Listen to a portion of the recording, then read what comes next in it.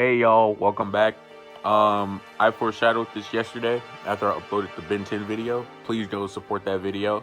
If you did already support it, I appreciate it. And go support all of our boy Mooski Phoenix, all his stuff on the game, all the gaming stuff. And yeah, that's it for that part. I hope you guys enjoy this video. Today we're going to be doing the Luigi versus Tails. This is something I've already done. This is going down that section of stuff where I said, yeah, if I don't like it, I'm just redoing it. Yeah, this is the same thing. Basically, we're going to be going over everything and giving a more upright conclusion to this. And not just whatever the heck I said in that video that didn't make that much sense at all. And just making this seem more clear and just concise. Ultimately, though, on my redo of doing this is actually a much clearer cut battle than I actually initially thought it was. This battle actually just isn't close at all. And yeah, if you guys do enjoy this video, please be sure to hit the red subscribe button. It really helps. You can always change it later. Thank you, and let's get into this right now. So to start off, because Tails is just surprisingly weaker when it comes to scaling, we can just kind of just do Tails, or at least what I got for him when it came to scaling. When we look at Tails, we know that Tails, he is an anthropomorphic fox cub born exclusively with two twin tails, hence his nickname. Because of his abnormality, Tails was the subject of bullying during his youth.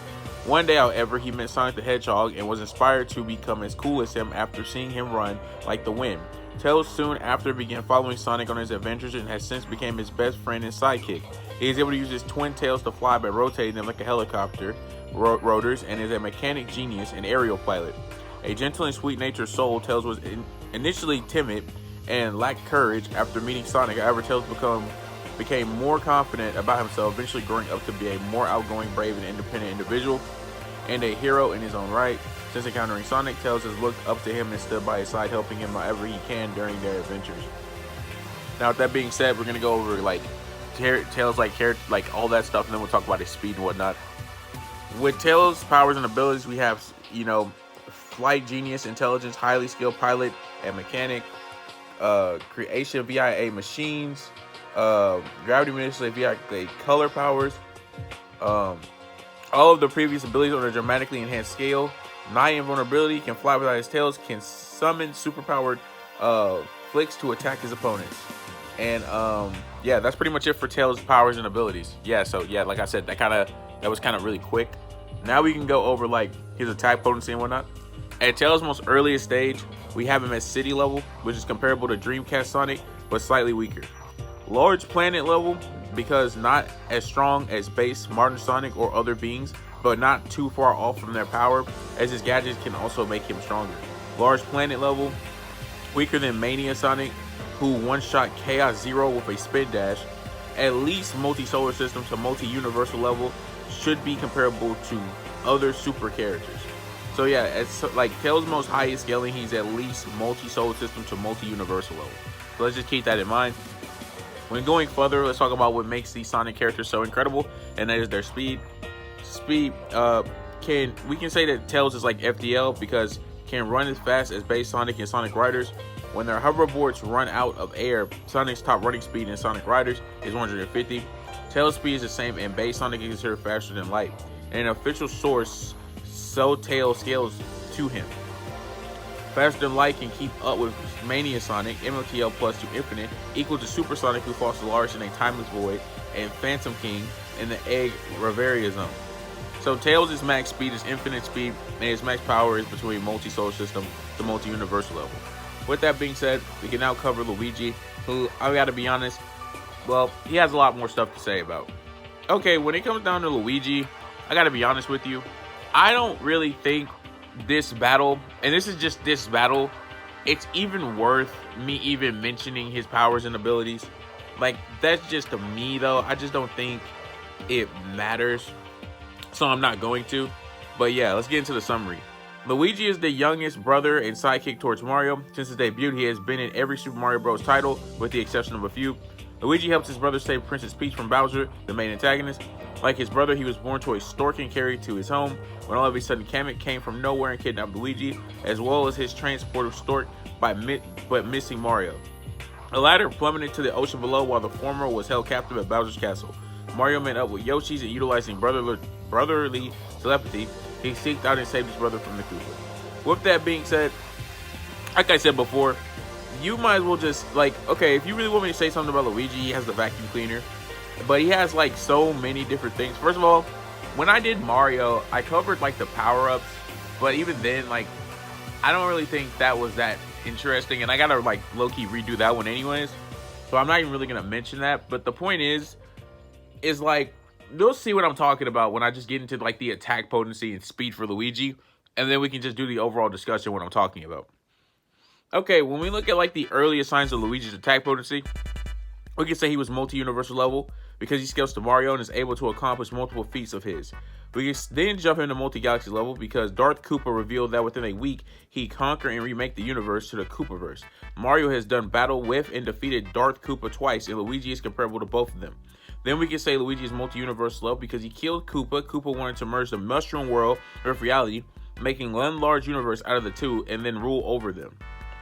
Then we can say that Luigi is likely Hyperverse level because he fought Bowser during the events of Mario Party 5, where he stated and showed he was going to ruin or destroy Dream Depot and all dreams within it. In Dream Depot, the dreams of the multiverse's denizens are turned into entire universes. Bowser also planned on destroying Future Dream. This dream, in a particular, was stated by Mistar and by Mario Party 5 guide booklet on page 28 to be an entire universe, meaning each dream is its own universe. With this info, Dream Depot ranges from at least 5D to infinite dimensional.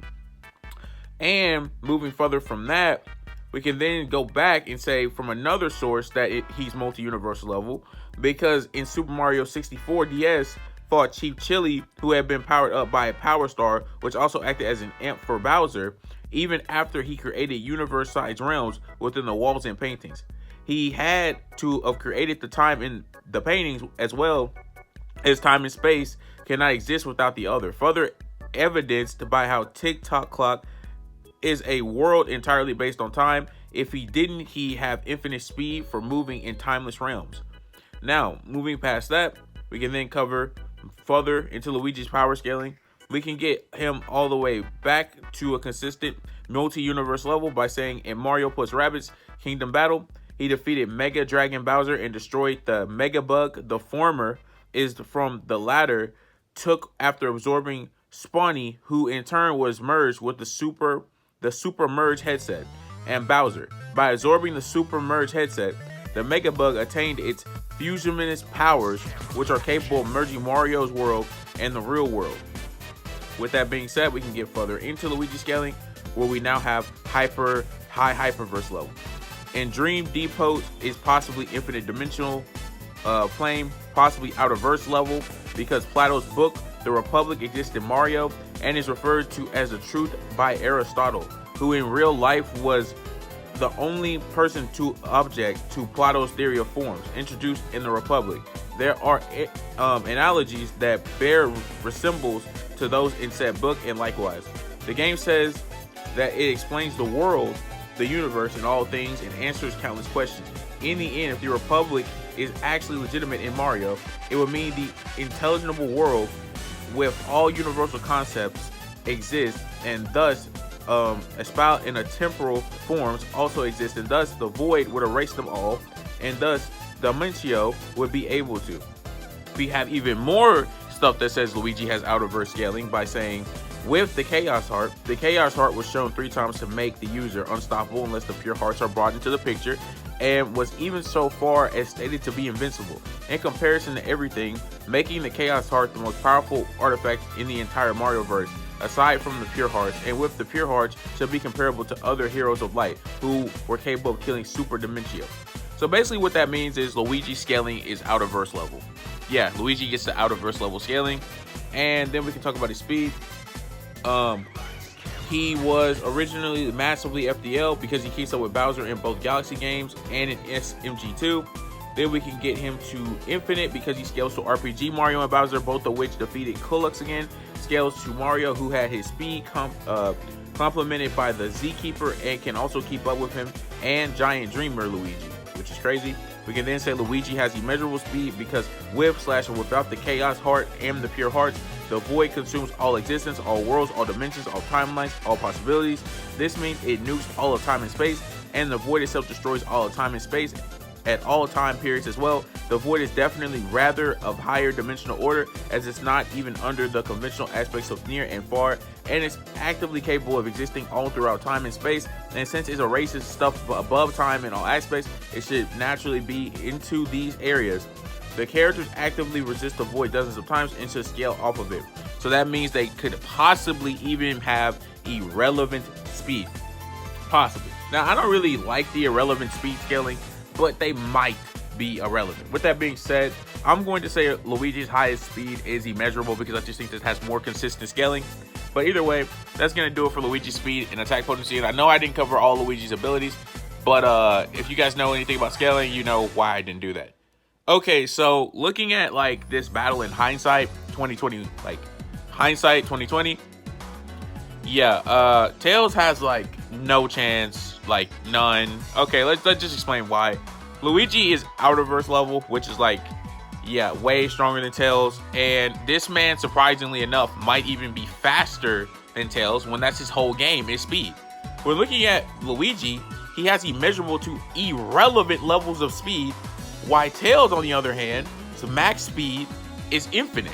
So as far as I'm seeing, he's nowhere near Luigi in terms of speed or power or literally anything. And even when we get into like stuff like the abilities, Luigi has like the vacuum cleaner and like the fire flower and ice flower and all this other stuff. Not that I would really consider that all on him because, you know, he only has a certain amount of slots he can hold. But either way, like looking at this battle, like hindsight 2020, it just seems like Luigi just wins and there's really nothing Tails can do. It just seems like a total stomp. I mean, when you get to like Outerverse levels of power and you're still like at multi, like universal to solar system level, which, by the way, it's not even like a bona fide fact that Tails even has multi-universe level. It's between solar system to multi-universe level. So at the very least, Tails is like multi-universal level, and that's probably like a high ball. So with that being said, I think it's pretty obvious why Luigi wins this. Outerverse levels of power versus like infinite, irrelevant, like immeasurable speeds of like literally Tails would never be able to hit him. Like, let's say I made a scenario and I said Luigi just tried to outsmart, Tails tried to outsmart Luigi. Well, it doesn't matter how much smarter Tails is than Luigi. He can't even remotely see him, nor could not he hit him. He can't even hit him, nor does he even have any power, arguably, to even hurt him, honestly. Like, just saying. In power scaling and whatnot, you take the character's AP and make it their durability. With that being said, if that's the case, then yeah, like, Tails literally just can do nothing, and he would just lose. So yeah, if you guys have any questions, I'll answer them in the comment section below if this got confusing or whatever. But once again, I do this every video. I'm not biased. In fact, I like Sonic the Hedgehog more than Mario. So yeah, but yeah, this time, yeah, Luigi just kind of gets destroyed here. Yeah, I mean, not Luigi. Why did I just say that? Tails just kind of gets destroyed here. But yeah, hope you guys enjoyed. I'll catch you guys in the next video. Thanks for tuning in. And I'll never be able to say enough. I'll never be able to say enough. Even though I just said that again. Thank you.